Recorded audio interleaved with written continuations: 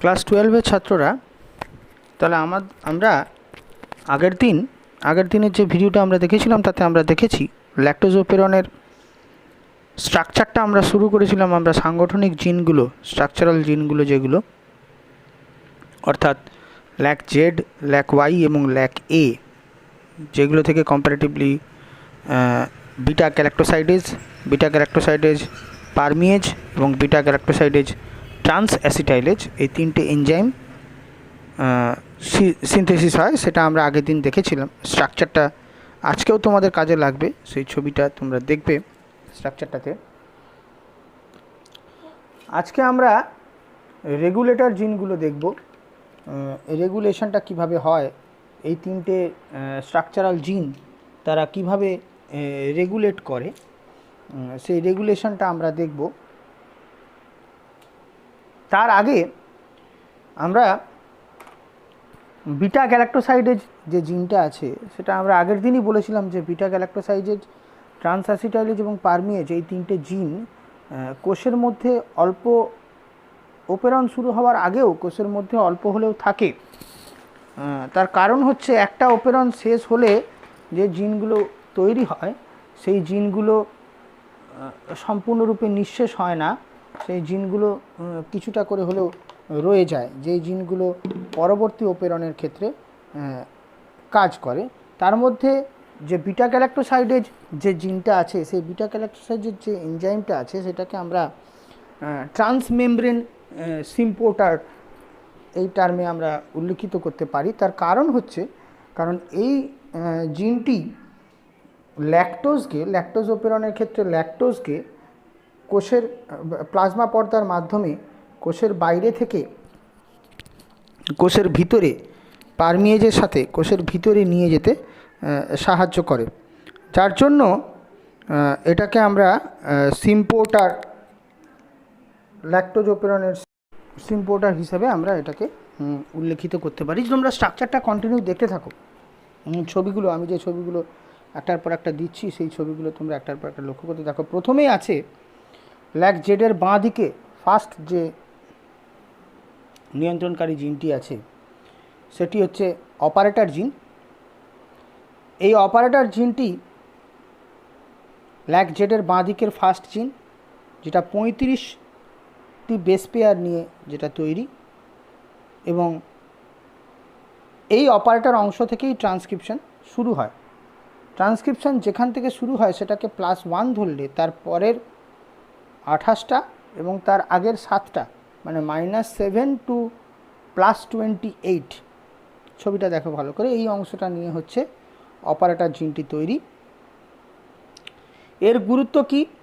মানে lack I বা regulator জিন থেকে যে রিপ্রেসার বা ইনডিউসার যেটাই হোক তৈরি হয় সেটা এই অপারেটর জিনকে নিয়ন্ত্রণ করে। তার কারণ রিপ্রেসার যদি এই অপারেটর জিনে আবদ্ধ হয় একবার, তাহলে আরএনএ পলিমারেজ আর সেই স্থানে আবদ্ধ হতে পারে না, ফলে সাংগঠনিক যে তিনটে জিন আছে অর্থাৎ ল্যাক জেড, ল্যাক ওয়াই এবং ল্যাক এ, এরা তৈরি হতে পারে না।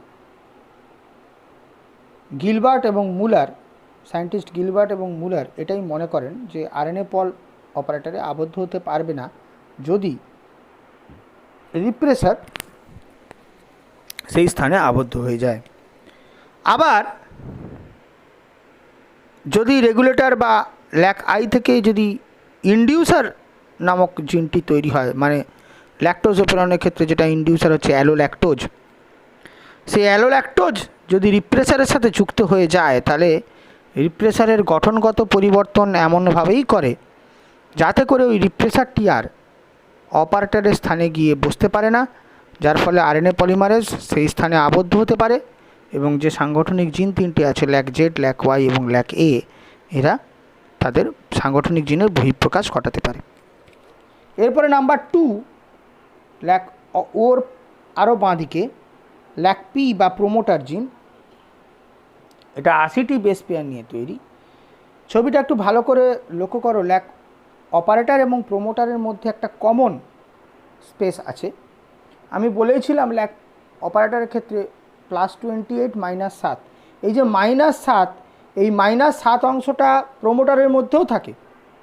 অ্যাকচুয়ালি প্রোমোটার 80টা বেস পেয়ার নিয়ে তৈরি। প্রোমোটারকে দুটো ভাগে ভাগ করা যায়। প্রথম হচ্ছে 55টা -55 বিপি, তারপরে 55 থেকে 80 মানে -25 বিপি, এই টোটালটা নিয়ে 80। কিন্তু এই -55-র মধ্যে ল্যাক অপারেটরের -7 এটাও ঢুকে থাকে। এটা কমন স্পেস প্রোমোটার এবং অপারেটরের মধ্যে। এই প্রোমোটারকে আমরা দুটো ভাগে ভাগ করলাম। একটা হচ্ছে -55 পর্যন্ত, যেটাকে আমরা বলছি পলিমারেজ বাইন্ডিং সাইট বা আরএনএ পলিমারেজ বাইন্ডিং সাইট বা ইন্টারঅ্যাক্টিং সাইট, যেখানে আরএনএ পলিমারেজ এনজাইমটি যুক্ত হতে পারে এবং তারপরে অপারেটরের 1 নম্বর থেকে সিনথেসিস আরম্ভ করতে পারে। আর -55 থেকে -80 এটা হচ্ছে ক্যাপ সিএমপি বাইন্ডিং সাইট বা ট্রান্সক্রিপশনে আমরা যে প্রোটিনটার কথা পড়েছি, ক্যাটাবলিক অ্যাক্টিভেটর প্রোটিন।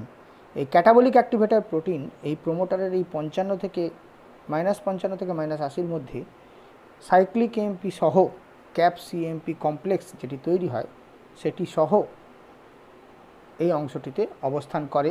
এবং এর গুরুত্ব হচ্ছে এই ক্যাপ সিএমপি কমপ্লেক্স যতক্ষণ না এই প্রোমোটারের এই -55 থেকে -80 এই অঞ্চলটির মধ্যে সঠিকভাবে সীমাবদ্ধ হতে না পারবে, ততক্ষণ কিন্তু আরএনএ পলিমারেজ তার আরএনএ পলিমারেজ বাইন্ডিং সাইট বা ইন্টারঅ্যাক্টিং সাইট মানে তোমার -55 পর্যন্ত যে অংশটা, সেটার মধ্যে সঠিকভাবে বাইন্ড করতে পারবে না, যার ফলে কিন্তু সিনথেসিস হবে না। তাহলে আরএনএ পলিমারেজকে সঠিকভাবে যুক্ত হতে গেলে যেমন রিপ্রেসারকে যুক্ত হওয়া যাবে না অপারেটরে, এটা যেমন একটা শর্ত, তেমন সাইক্লিক এএমপি এবং ক্যাটাবলিক অ্যাক্টিভেটর প্রোটিন সহ যে যৌগটি ক্যাপ সিএমপি কমপ্লেক্স, সেটিকেও সঠিকভাবে প্রোমোটার অঞ্চলে আবদ্ধ হতে হবে। এটাই হচ্ছে শর্ত। এরপরে হচ্ছে 3 নম্বর রেগুলেটর জিন, যেটাকে আমরা বলছি রেগুলেটর জিন বা ল্যাক আই জিন, যেটা ল্যাক পি জিনের বাঁ দিকে অবস্থান করে। ল্যাক আই জিন এটি হচ্ছে 1045 বেস পেয়ার নিয়ে গঠিত। এটি রিপ্রেসার প্রোটিন তৈরি করে, যে রিপ্রেশন প্রোটিন 4টি অধ একক নিয়ে তৈরি, যার আণবিক ওজন 1,52,000 ডাল্টন বা 152 কিলো ডাল্টন, এবং প্রত্যেকটা অধ একক 4টি করে, এতে 4টি অধ একক আছে এবং প্রত্যেকটা অধ একক 360টি অ্যামাইনো অ্যাসিড নিয়ে তৈরি। ল্যাক আই বা রেগুলেটর জিন থেকে উৎপন্ন রিপ্রেসার এবং ইনডিউসার, এদের উপস্থিতিতে এবং অনুপস্থিতিতে সাংগঠনিক জিনের বহিঃপ্রকাশ হওয়া নির্ভর করে। তার কারণ আবারও বলছি, রিপ্রেসার যদি অপারেটরের অঞ্চলে গিয়ে আবদ্ধ হয়, তাহলে আরএনএ পলিমারেজ আরএনএ পল বাইন্ডিং সাইটে বা ইন্টারঅ্যাক্টিং সাইটে, প্রোমোটারের যে ইন্টারঅ্যাক্টিং সাইটে, সেখানে আবদ্ধ হতে পারে না, যার ফলে সাংগঠনিক জিনগুলো ল্যাক জেড, ল্যাক ওয়াই এবং ল্যাক এ এদের বহিঃপ্রকাশ হয় না। এতক্ষণ আমরা দেখলাম ল্যাক ওপেরনের যে জিনগুলি, যে 6টি জিন আছে তাদের স্ট্রাকচারটা আমরা দেখলাম। এবার তাদের কার্যাবলী আমরা দেখব। দেখো, এই টোটাল কার্যাবলীকে আমরা দুটো ভাগে ভাগ করতে পারি। ল্যাকটোজ এবং গ্লুকোজের উপস্থিতির উপর ডিপেন্ড করে এই দুটো ভাগে ভাগ করা হয়। মিডিয়ামে ল্যাকটোজের উপস্থিতি যদি আমি দেখি, ল্যাকটোজের যদি উপস্থিতি বিবেচনা করি, তাহলে সেটাকে আমরা বলবো নেগেটিভ কন্ট্রোল। এবং যদি গ্লুকোজ মিডিয়ামে উপস্থিত, যদি গ্লুকোজের পরিপ্রেক্ষিতে আমি যদি দেখি, সেটাকে আমরা বলবো পজিটিভ কন্ট্রোল। তার কারণ হচ্ছে এই ওপেরনটির নাম হচ্ছে ল্যাকটোজ ওপেরন। তাহলে ল্যাকটোজ উপস্থিত থেকে যখন সিনথেসিস হবে, সেটাকে আমরা নেগেটিভ কন্ট্রোল বলবো, কারণ তার মধ্যে এক্সট্রা কিছু নেই। নাম ল্যাকটোজ, ল্যাকটোজ মিডিয়ামে উপস্থিত আছে, কারণ lactose itself is a inducer, এই জন্য সেটা নেগেটিভ কন্ট্রোল। আর যদি ল্যাকটোজ না থেকে যদি গ্লুকোজ প্রেজেন্ট থাকে, তাহলে যে সিনথেসিসটা হবে সেটাকে আমরা বলছি পজিটিভ কন্ট্রোল। তাহলে আমরা প্রথমে শুরু করব নেগেটিভ কন্ট্রোল দিয়ে। ছবিটা তোমরা খুব ভালো করে লক্ষ্য করো। দেখো, অনুশীলন মাধ্যমে যদি ল্যাকটোজ নামক দ্বিশর্করা উপস্থিত এবং অনুপস্থিত এর ওপর ভিত্তি করে এমআরএনএর সাংগঠনিক জিনগুলির বহিঃপ্রকাশের সুইচ অন এবং সুইচ অফ, এই দুটি মানে সুইচ অন মানে সিনথেসিস হবে, আর সুইচ অফ মানে সিনথেসিস। এই টার্মগুলো তোমাদেরকে একটু ব্যাখ্যা করা দরকার। সুইচ অন কথাটা মানে সুইচ অন করলে যেমন পাখা চলে, সুইচ অন মানে জিনগুলো সিনথেসিস হবে, আর সুইচ অফ মানে জিনগুলো সিনথেসিস হবে না। আমরা প্রথমে দেখব সুইচ অন দশা। দেখো 2 নম্বর ছবিটা, যেখানে ল্যাক আই থেকে এমআরএনএ বা রিপ্রেসার তৈরি হয়েছে। রিপ্রেসারটা দেখো আমি লাল রং দিয়ে বুঝিয়েছি। এই রিপ্রেসার এর সাথে কোষের মধ্যে যে বিটা গ্যালাক্টোসাইডেজ উপস্থিত ছিল সামান্য অল্প পরিমাণে, সেই বিটা গ্যালাক্টোসাইডেজ ল্যাকটোজকে, অনুশীলন মাধ্যমে যেহেতু ল্যাকটোজ আছে সেই জন্য ল্যাকটোজকে অ্যালোল্যাকটোজে রূপান্তরিত করেছে। তোমরা খুব ভালো করেই জানো অ্যালোল্যাকটোজ নিজে একটি ইনডিউসার। এখন এই অ্যালোল্যাকটোজ দেখো সবুজ রঙের অ্যালোল্যাকটোজ গোলাকার, এই অ্যালোল্যাকটোজ রিপ্রেসারের সাথে লাল রঙের রিপ্রেসারের সাথে যুক্ত হয়ে নিষ্ক্রিয় রিপ্রেসার তৈরি করেছে। যেই নিষ্ক্রিয় রিপ্রেসার ল্যাক অপারেটরের যে যুক্ত হওয়ার জায়গা বা প্রোমোটারের যে +1 থেকে -55 যে আরএনএ পলিমারেজ বাইন্ডিং সাইট, সেখানে গিয়ে আর বসতে পারছে না, ইনঅ্যাক্টিভ হয়ে গেছে, নিষ্ক্রিয় হয়ে গেছে।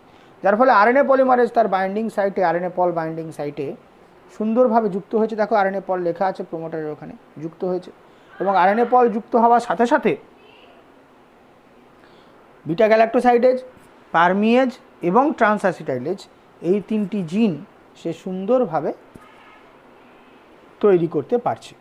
আবার সুইচ অফ অবস্থাটায় দেখো, যখন মিডিয়ামে কোনো ল্যাকটোজ নেই, মিডিয়ামে ল্যাকটোজ না থাকার জন্য সেই ল্যাকটোজ অ্যালোল্যাকটোজে রূপান্তরিত হতে পারছে না বিটা গ্যালাক্টোসাইডেজের মাধ্যমে, যার ফলে যে লাল রঙের যে রিপ্রেসারটি এমআরএনএ থেকে তৈরি হচ্ছে সে অপারেটরে গিয়ে বসে যাচ্ছে, এবং অপারেটরে বসে যাওয়ার ফলে আরএনএ পলিমারেজ কিন্তু আর ফার্দার তার আরএনএ পল বাইন্ডিং সাইট থেকে আর এগোতে পারছে না, যার ফলে সাংগঠনিক জিনগুলো অর্থাৎ ল্যাক জেড এবং ল্যাক ওয়াই এবং ল্যাক এ এরা সিনথেসিস হতে পারছে না, যার ফলে সুইচ অফ অবস্থা তৈরি হচ্ছে।